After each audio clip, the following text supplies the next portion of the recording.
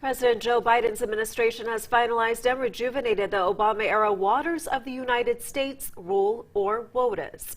WOTUS protects hundreds of thousands of small streams, wetlands, and other waterways, repealing a Trump-era rule that federal courts had thrown out and that environmentalists said left waterways vulnerable to pollution.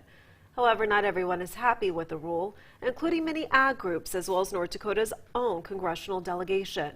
Senator John Hoeven tells KX that WOTUS protects ephemeral water, which includes water that temporarily collects in rain ditches on people's private property.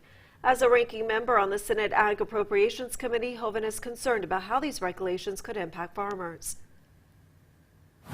They do it on an argument that's called nexus with navigable bodies of water. They're saying, well, this water will flow into a navigable body of water, therefore the EPA or the Corps or both can regulate it. And that's just wrong. I mean, that violates private property rights. It doesn't make sense, and it's based on an expansive reading of the Clean Water Act.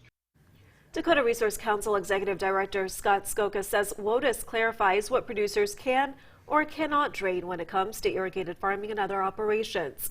Skoka says it will cause farmers and ranchers to change their practices, which will have long-term benefits for the health of the land and water. Like, it could be perceived as super far from the Missouri, right? Like a drainage that happens like somewhere around north of Bismarck, but it really is a part of that river in the systems and how the water works.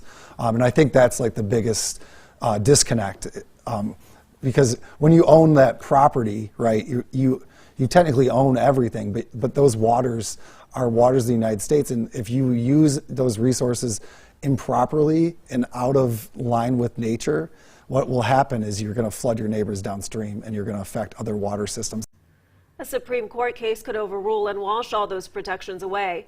Sackett versus the EPA could dramatically reduce the number of wetlands and other waters protected under WOTUS. The conservative court is expected to hand down a ruling next month.